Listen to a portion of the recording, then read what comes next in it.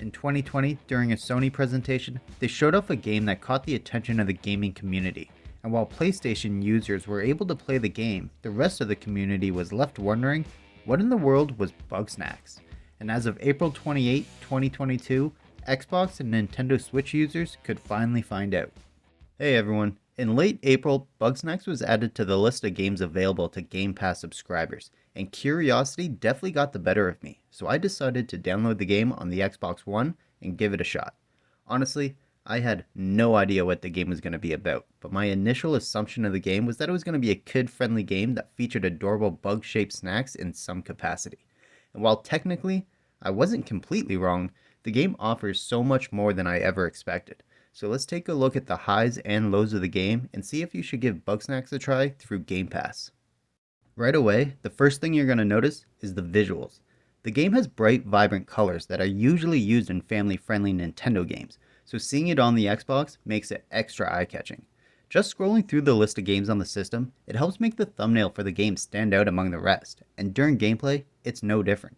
There's multiple different areas for you to discover, and each location has its own set of Bugsnax. All of the creatures are noticeable and they all look fairly appropriate for what they're supposed to be. You can tell it's supposed to be a crab and an apple, and I think they did a great job of creating all the different creatures. Now, graphically, I don't think the game is anything outstanding, but the creativity within the design is what makes the game stand out visually. You're not going to see any rain or ice effects that haven't been done before, you're not going to see grass or sand that is extremely realistic, and you're not going to see reflections and shadows that couldn't be done elsewhere. But what you will see is an overwhelming amount of creativity which makes the game visually unique and eye-catching. Along with creative visuals, the game also has some great sounds, starting with the music. When the world first heard the Bugsnax jingle during that Sony presentation, that song got stuck in the minds of gamers in an instant. It led me to believe that the game was going to be full of upbeat music, and well, it is. Now, to be fair, you will hear the same songs a good amount, but they're all really catchy and easy to listen to, and a lot of the time, it blends in nicely with what's happening in the game, especially with all the noise from the Bugsnax. And that noise from those creatures is fantastic. While I absolutely understand that it can be annoying to some people to hear the same Bugsnax saying Bunger over and over, but to me, it's no different than the Pokemon anime. The Bugsnax basically talk the same way, just repeating their own name over and over, but they all do it in their own unique way. It actually helps give these characters some more personality, as you hear the tone of voice get more aggressive as they approach you, or get quieter as they wander off into the distance. Now, while Bugsnax are one of the main species of the game, they're not the only one. There are also Grumpuses. These characters are fully voice acted and have a ton of personality. From the high school jock to the music diva, there's a wide range of personalities and they're voiced extremely well. Full, proper dialogue and emotion, and honestly, it was much better than I ever expected. But the voice acting doesn't mean much if the dialogue provided is poor. But the story and the journey a lot of these characters go through was a lot deeper than expected. From characters being unsure of themselves and having a crisis of confidence, to couples going through a rough time, the mini story arc for each individual Grumpus was more complex than I ever thought it would be. There wasn't an overwhelming amount of dialogue, but when there was, each character had dialogue tailored to their personality instead of generic lines to move the story forward. Speaking of the story, it's not very complicated, but there's more nuance to it than I thought there would be. I was expecting a kid's game, go and collect these creatures and make friends in town or something like that. But in reality, you need to reconnect all the townsfolk with the end goal of bringing everyone back together, including two people who went missing, which caused the original rift with all the other folks in town. But the issues that were created were more teenage and adult themed compared to what I was expecting. With arcs like a husband and wife not supporting the other's career, I found myself realizing that while the game looks like a 6-year-old can play it, the underlying themes are more suited to an older player, which I really appreciated. But all of these things aren't what kept me coming back to the game. What kept me interested was the gameplay. The gameplay started fairly simple, and it kind of had a first-person Pokemon feel, just walking around catching creatures. But it slowly evolved into a puzzle game, and actually reminded me more of something like Portal. While the puzzles obviously don't have to do with teleportation, the designs were created with the idea of using your environment to your advantage. If you needed to catch a Bugsnax that was on fire, how can you do it? It'll burn the trap if it's used, so you figure out you need to put out the fire. But how do you do that? There's water not too far away. but how do you lure it over to the other portion of the map? Everything you need to do is one big puzzle, and it worked amazingly well. The puzzles, while sometimes repeated, were usually unique for every Bugsnax. Some needed to be caught in the air, some would run away from you, some were hidden until you perform a specific task, and it always kept me on my toes, trying to figure out the best course of action.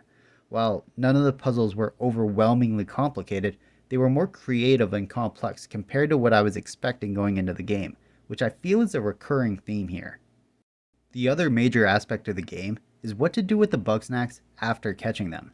And well, they are snacks after all. Feeding all of these creatures to the Grumpuses in town is actually a core mechanic of the game, and every Bugsnax has a specific side effect, which allows you to change the appearance of any Grumpus that you feed a Bugsnax to. Combining all sorts of different Bugsnax together can really make some interesting looking characters. It's a great concept, and seeing what kind of effect each snack will have is a mechanic that can really hook you. Maybe you don't need to catch a certain snack, but you just really want to see how it'll look as hair on a Grumpus. It can be a really good gameplay loop that keeps you going back for more. But with creative visuals, more mature themes than I expected, and a great gameplay loop of solving puzzles and catching creatures, the game does have some flaws. Most notably, the load times. I sat and watched this loading screen way too many times in a game session, and each time it lasted way longer than I would have liked. Every time you wish to change locations, you can either walk to the next one or fast travel from your current location. But either way, you're gonna be sitting for over a minute watching this load screen. Now, granted, I did play this on the first gen Xbox One, so if you have anything more recent, hopefully that issue won't be as bad. But if you're on the Xbox One, it's a game that has a lot of loading.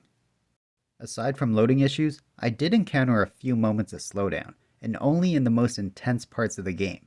There are a few boss battles, and that's the only time I ever had frame drops, which really annoyed me because it always ruins the feel and any intensity the battle might have when the game comes crashing to almost a standstill at some moments.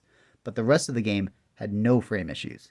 Aside from those types of issues, I didn't really have any problems with the gameplay itself. While I do wish it was all connected and I didn't have to load areas all the time, the actual core of the game was fairly good. And after completing the game, which took me around 16 hours or so, you can go back into your save file and 100% everything if you wish.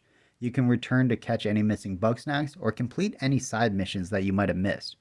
And if you still want more, included in the Game Pass version of the game is the DLC Isle of Bugsnax. The DLC is a small condensed story that took me roughly 2.5 hours to complete. There's a lot of new Bugsnax to find and capture and a new item for you to use. The story in the DLC isn't overwhelmingly complex or anything. In my opinion, just seeing and finding the new Bugsnax is the reason to give the DLC a shot. And I've been thinking this for months, but once I saw the DLC reveal, I hated the name Isle of Bugsnax. I absolutely would have preferred a new location that was dinosaur themed. Going from bug to dino, they could have called it Dino Snacks, and I think that would have been fantastic. But maybe they can do that for a sequel or something. But at the end of the day, the game has a ton of creativity and charisma, and while it's not overwhelmingly difficult, it does have a lot of puzzles for you to figure out, which will always keep the game from getting stale. The gameplay loop is addicting, and seeing new Bugsnax and how they interact with the player and all of your devices is always entertaining. If you are a Game Pass subscriber, I think it's absolutely worth a download if you enjoy puzzle and collection games. And there we have it, my thoughts on Bugsnax being played on the Xbox One through Game Pass. Let me know your thoughts on the game if you tried it. Did it surprise you like it did for me?